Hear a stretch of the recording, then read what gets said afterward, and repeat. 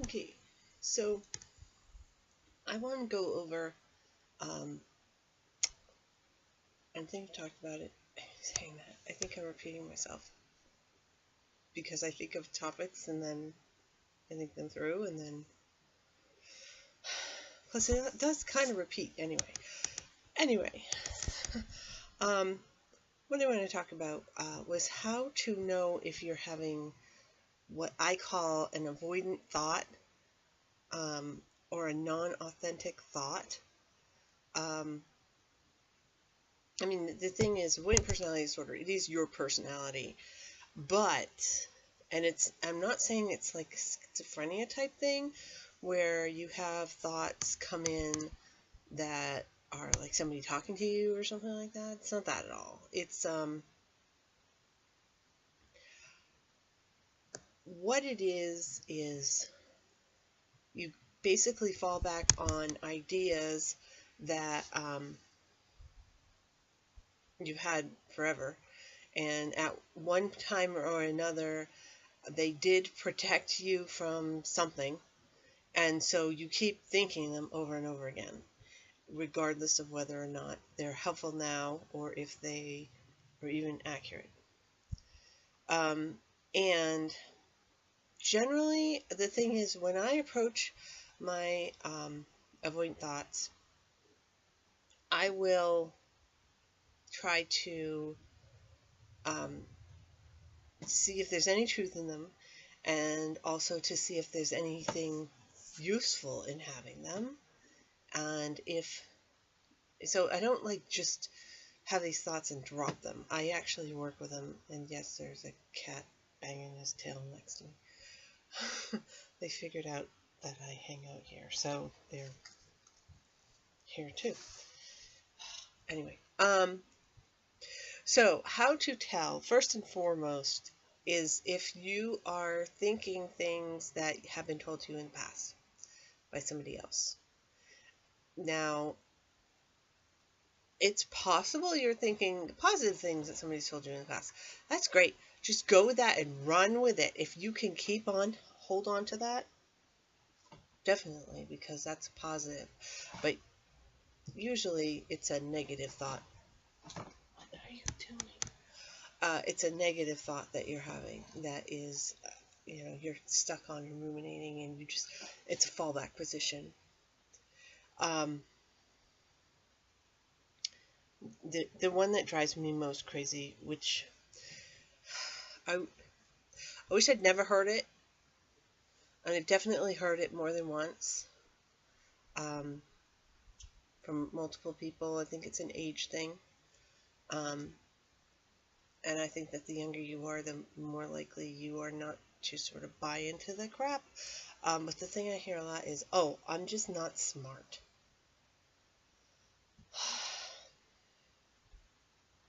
And that's because once upon a time there was only one standard of what smart is, which is how you score on your report card at school. And so bogus, it's not even funny. I think they say there are 9 different types of intelligence right now. And, you could be fantastic as a visual artist and, like, beyond any kind of, like pure genius.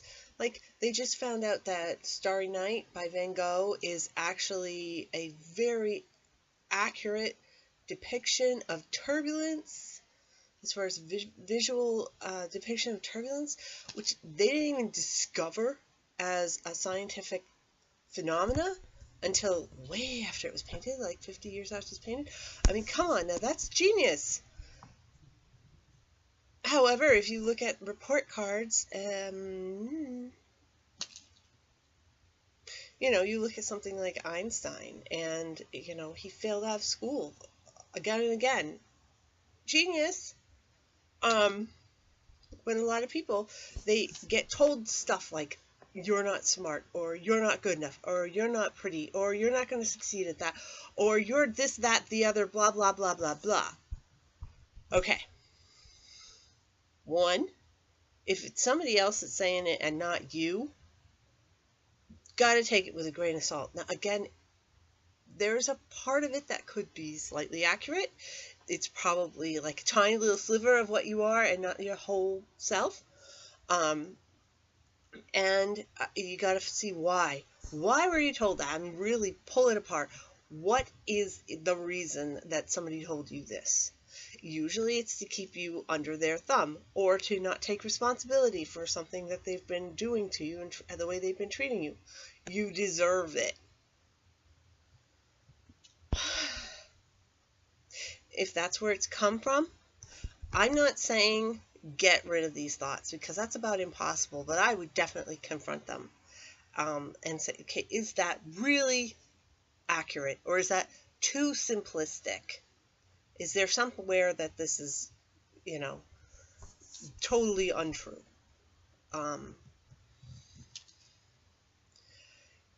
That's number one. If you're having thoughts pop into your head that you have heard somebody say to or about you, not authentic, that's probably avoidance.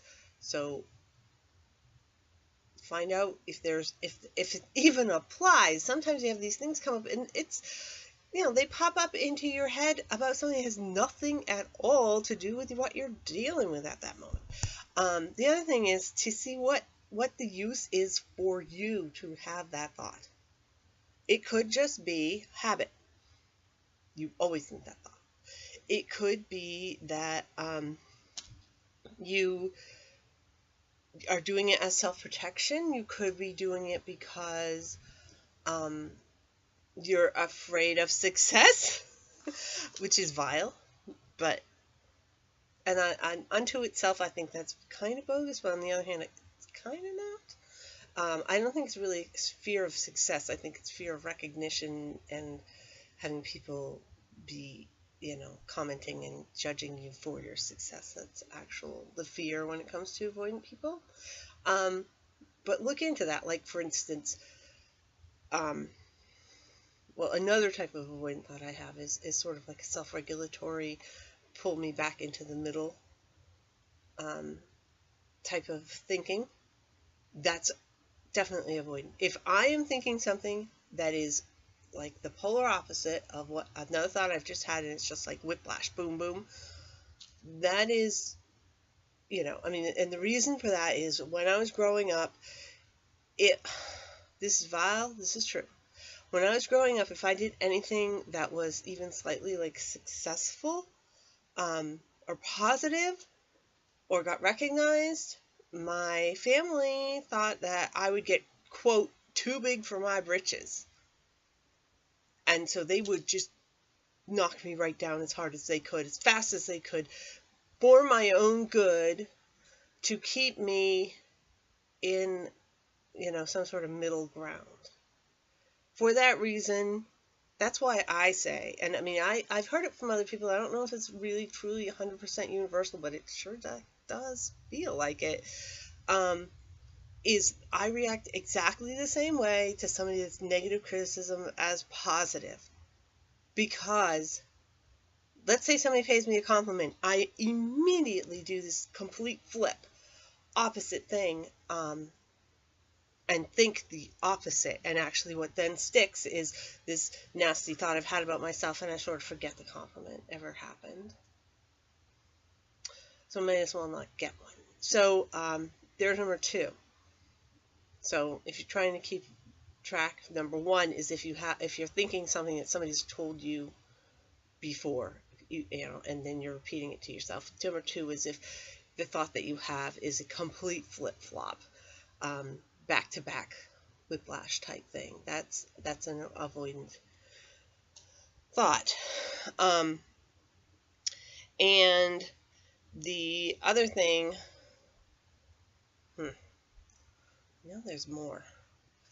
And of course I'm blanking. I think this is the first time I've really blanked in the middle of the videos that I've been doing this month, which is not bad. Because I know there's another one that's really clearly like this is avoidant. Let me go back around. And if you're defensive, that's kind of opposite of what I just said. If that's not particularly avoidant, but it is not something that you should allow, because a lot of people get defensive again about positive things too, like, what's wrong with you? You can't think that. So don't go with that per se. But the other way to tell for sure that you are having an avoidant thought, between the two that I've already said, and I really truly can't remember them. There is another one. Maybe I'll put it in the comments. But the real thing to look out for in all cases, and what it comes down to, the advice part, is if it's not helpful to you,